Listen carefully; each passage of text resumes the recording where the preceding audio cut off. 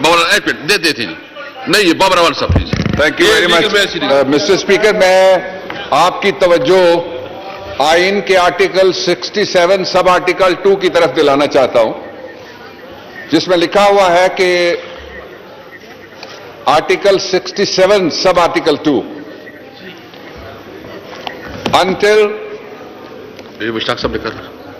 rules are made under clause 1, the procedure and the conduct of business in the house shall be regulated by the rules of procedure made by the president. 67(2) number 1, in rules के मुताबिक आईन के अंदर जो इदारे हैं उनकी अलहदा से हैसियत का तयन करने के बाद, जिसमें मुसल्लह अफवाज हैं एक जगह एग्जीक्यूटिव अथॉरिटी है, एक जगह मुकन्नना है और एक जगह पे अदलिया है, एक पाबंदी इस आईन ने लगाई है। और आज नहीं लगाई, 18वीं तरमीम में भी नहीं लगाई, 1973 में लगाई थी। वो आर्टिकल 68 में है। पाबंदी ये कहती है कि no discussion shall take place in Majlis Shura the parliament with respect of the conduct of जज ऑफ द सुप्रीम कोर्ट और of the high court in the discharge of his duties. पहली बात, जनाबे वाला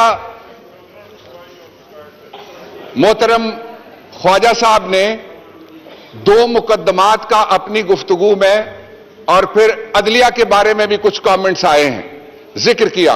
पहला मुकदमा उन्होंने कहा मरियम नवाज साहिबा के खिलाफ, जो ट्रायल कोर्ट में गया, वहां से कन्विक्शन की जजमेंट आई और उसकी अपील इस्लामाबाद हाई कोर्ट के पास पेंडिंग है।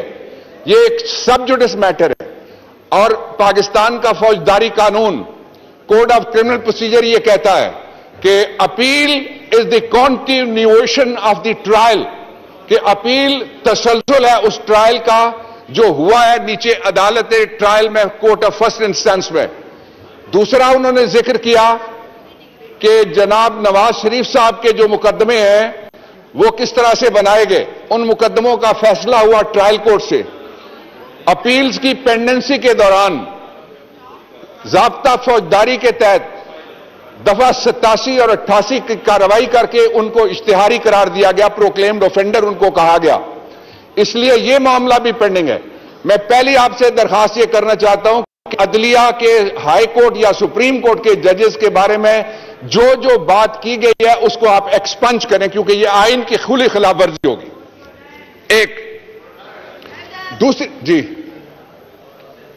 दूसरी बात जनाब, अभी मौलाना साहब ने इरशाद फरमाया है कि ये बुधवार का राज क्या है, और साथ उन्होंने ये ऑफर की है कि वो गवर्नमेंट अगर कोई बिल लेके आती है तो उसमें उनकी तजावीज अगर सुनी जाए, लेकिन वो रुक गए। मैं उनका जुमला मुकम्मल कर देता हूं। आप तजावीज दीजिए, हम उनको एग्जामिन करके आपके साथ बैठ के, आप कल सुबह ले आइए, हम उनको देखने के लिए तैयार हैं।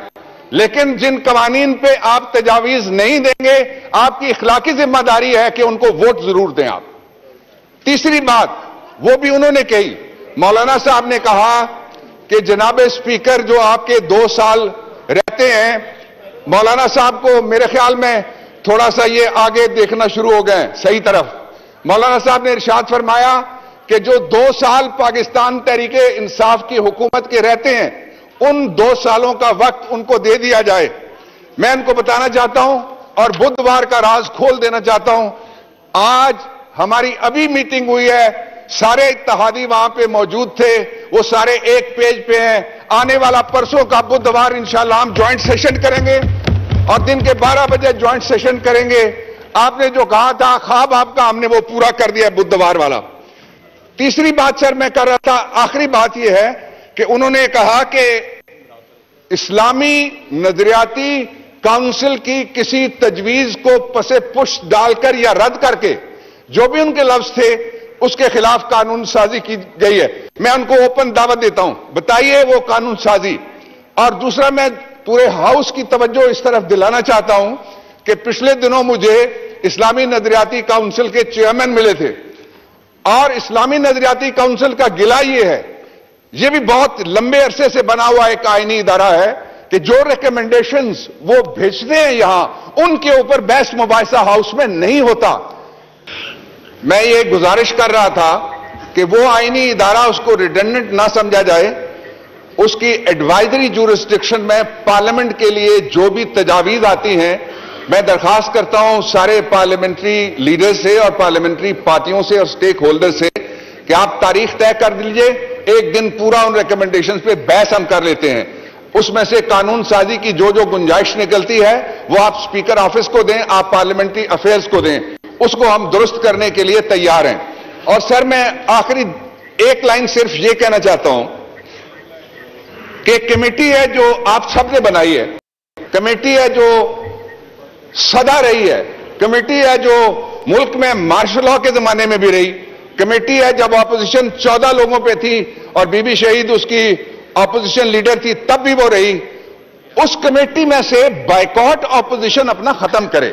अगर हाउस को चलाने के लिए आप देखते हैं स्पीकर की तरफ जो जायज बात है, speaker office is the custodian of this house, तो फिर आपको जो हाउस बिजनेस एडवाइजरी कमेटी है उसमें वापस आना चाहिए। आपका फैसला उससे हाउस के बिजनेस को नुकसान होता है और वो चलाने के लिए जरूरी है। जब आप समझें कि आपकी बात नहीं सुनी गई तो बायकॉट की एक पार्लिमानी रिवायत तो मौजूद है, लेकिन बायकॉट होता है शॉर्ट टर्म उस डेट के ऊपर जिसको हम वॉकआउट कह सकते हैं। मैं आपसे यह गुजारिश करना चाहता हूं कि आप उस हाउस बिजनेस एडवाइजरी कमेटी में आइए, जो मसाइल हम यहां बोलते हैं वहां वो तय करके फिर आप तकरीर किया करें। जी, ये क्वेश्चन और खत्म हो गया। ये मैं छुट्टी की दरखास्त इसके बाद आपका कर ले। राना मुबशर इकबाल देते हैं जी। मैं आज इजलास लंबा चलाऊंगा, फिक्र ना करें, जो जो बात करना चाहते हैं बात को देते हैं जी। राना मुबशर इकबाल, महदूम सईद समीउल गिलानी, जनाब आबिद हुसैन बैयो, जनाब गुलदाद खान, इंजीनियर उस्मान खान तरकई, जनाब मुख्तार अहमद मलिक, जनाब खालिद खान, जनाब अजहर कयूम, जनाब आफरीन खान, मियां रियाज हुसैन पिरजादा, जनाब मोहम्मद खान डा, मोहतरमा सोबिया कमाल खान, सईद मुबीन अहमद, मेहर इरशाद अहमद खान, चौधरी मोहम्मद अशरफ, जनाब सलाउद्दीन, डॉक्टर खालिद मकबूल सिद्दीकी, मोहतरमा अंदलीब अब्बास ने छुट्टी की दरख्वास्त की है। क्या दरख्वास्त मंजूर है? मंजूर है जी। ये कहते हैं मैं जाना चाहता हूं, अब आप आपस में डिसाइड करें। वो क्या है, मैं बस सिर्फ ये कहते मैं जाना चाहता हूं कहीं, तो मैं तो उसको जी जी आइटम नंबर 4 4 एक मिनट देते हैं। मैडम पॉइंट ऑफ ऑर्डर पे मैं थोड़ा ये मौजू करके ना इसके बाद आपको देता हूं जी।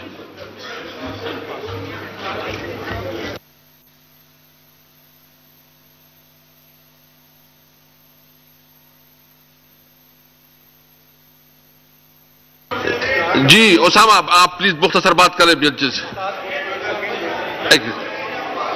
ऐसर इकबाल साहब को देते हैं इसके बाद। जनाब स्पीकर, प्लीज। बहुत शुक्रिया आपका। मैं इस ऐवान की तवज्जो कल